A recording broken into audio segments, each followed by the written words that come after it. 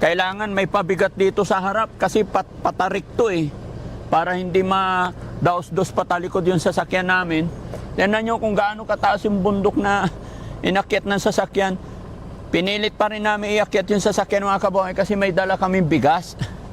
So, kawawa naman yung mga kasama ko kung bubuhatin pa namin yung bigas. Kaya mega love shoutout po sa atin lahat mga kababayan.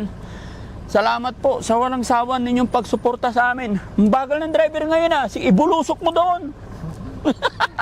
Kapit ka ng taas niya na. Eh, tignan nyo mga kababayan. Oh, hala. Ayan, tignan nyo mga kababayan, oh. 2 piso na lang. Hoy, dadahan! So, pisat. Pisat kami sa harapan. Pisat kami nito!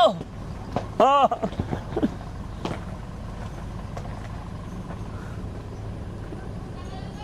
Hoy! Apusang gala. Adventure talaga. Ba't takot na takot ka? Ganyan mo lang. Huwag kang matakot. Mahal tayo ng Panginoon. Ano ba?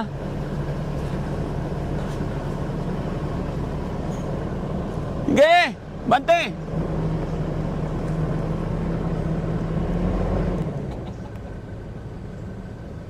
Hop! Abante ba? Oh, sige ba? Okay. Oh, di ba? Ayun. So, yun. Mga kababayan, mga kabarangay, magandang morning na naman po sa atin lahat.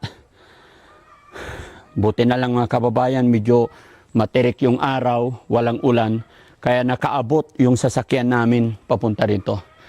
Ngayon na aking sinabi kanina mga kababayan, pinilit namin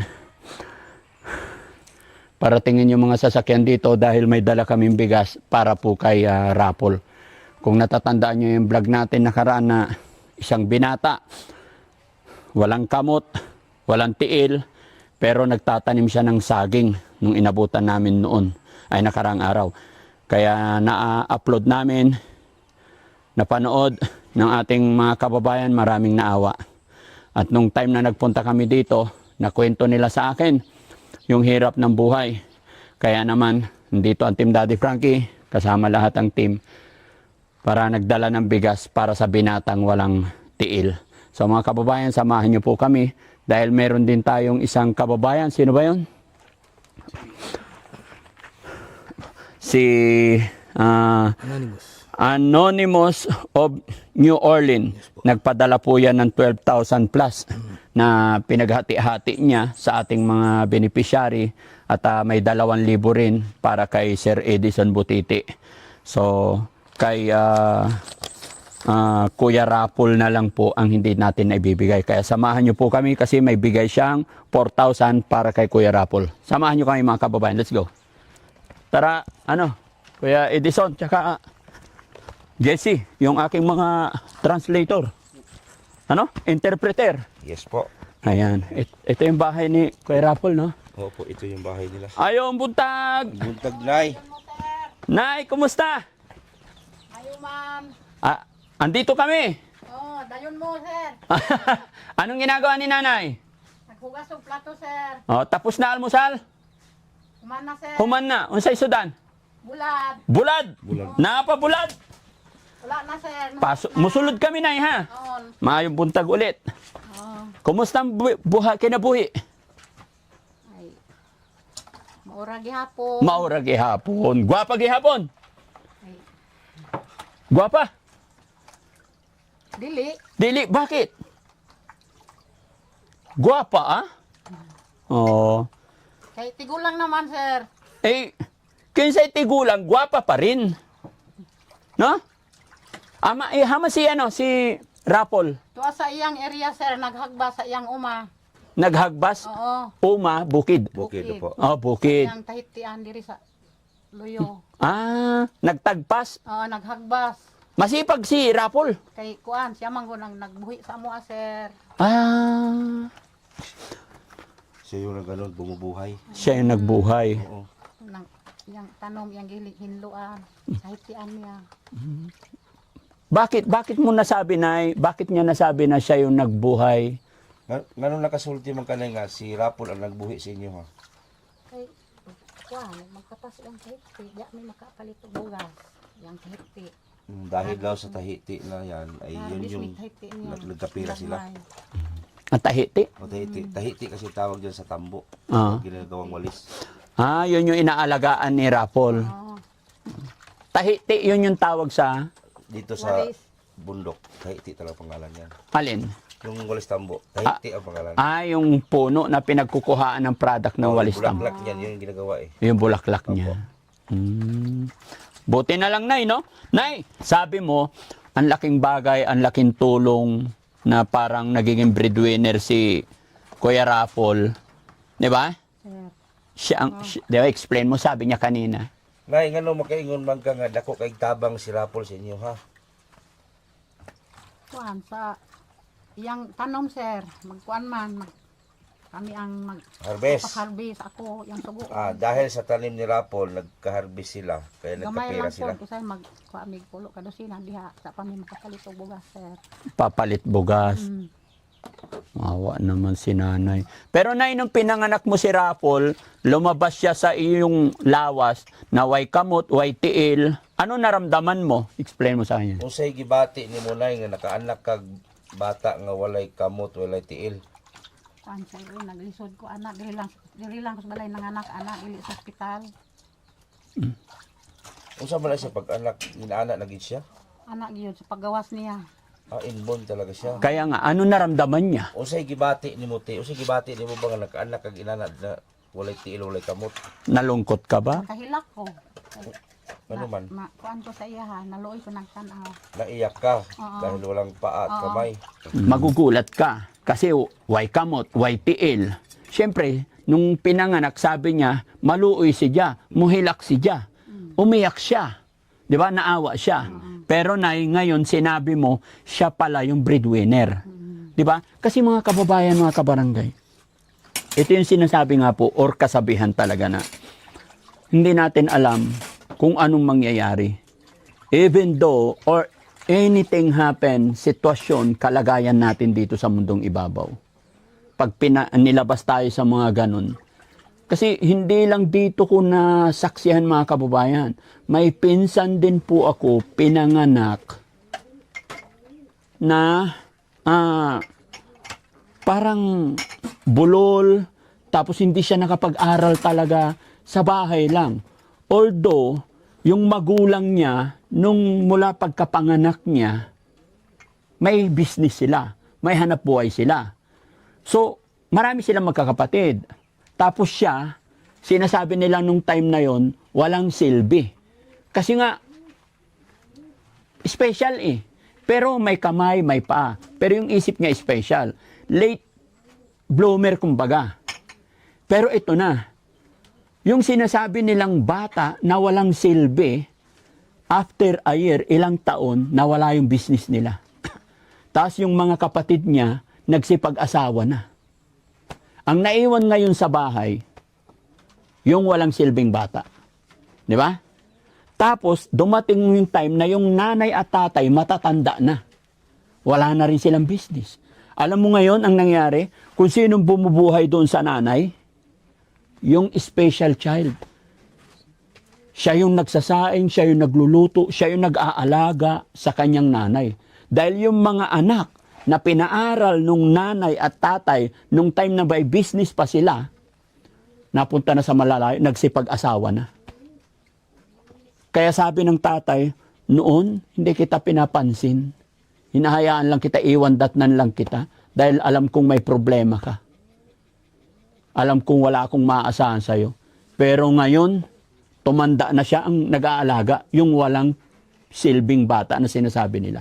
Dito ko rin narinig kay nanay, na yung bata na kinaawaan niya kasi walay tiil, way kamot.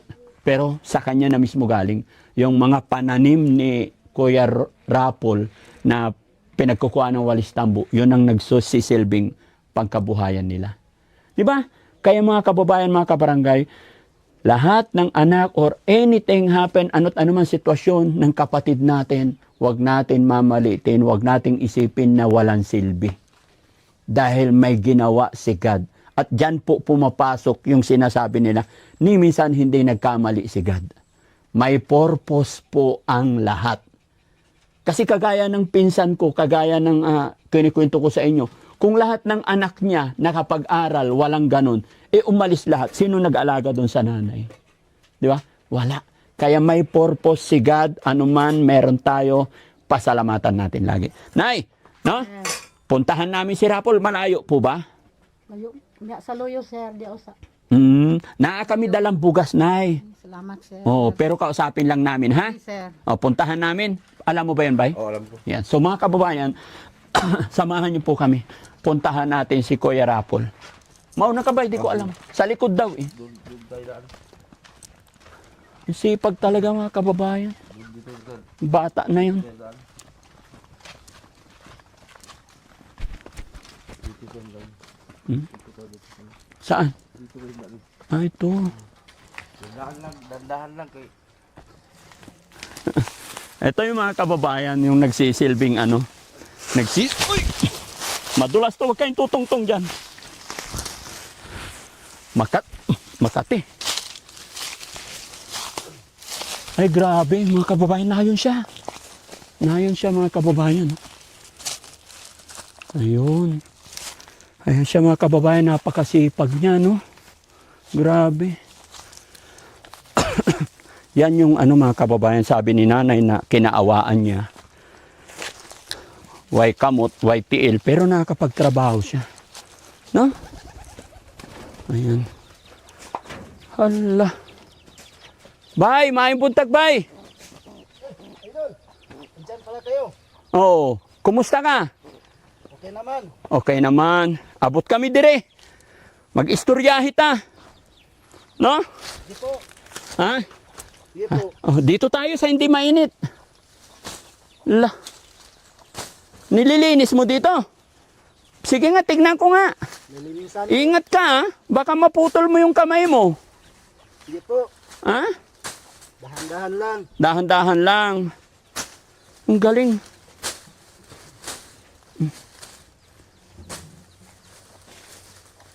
Grabe mga kababayan, oh. Basa na yung likod mo. Okay lang. Okay lang. Pawis-pawis lang. Ha? Pawis lang po. Pawis-pawis lang. Marami na rin siya nalinis, oh. Mula dito, oh. Parang si ano to eh, si Gabriel sa Surigao. Ganto rin. Yun lang, si Gabriel may kamay, tapos may paa. Ay, Samuel pala yun, mga kababayan. No? Oh. Hala.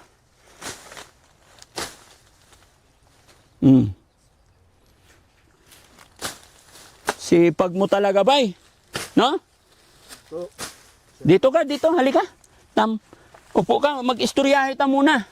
Baka matagpas mo ko eh. Oh. Oh. Hala. Pahiram ng kutsilyo mo. Matalas? Matalas din. Ha? Talas. Matalas. Oo. Kahit na wala siyang tiil. Yan, dyan lang muna. Kumusta ikaw? Okay naman. Ano oras ka dumating dito? Nga. Alas 8. Alas 8 na. Medyo mainit na eh. Ngayon, basa ka na sa pawis. Nagano ka na? Almusal ka na? Mamaya na. Mamaya na. Bakit ang sipag mo? Okay naman. Oh, sabi ng nanay mo, kasi galing kami doon sa bahay mo. Hinanap kita. Andito ka raw sa likod. No?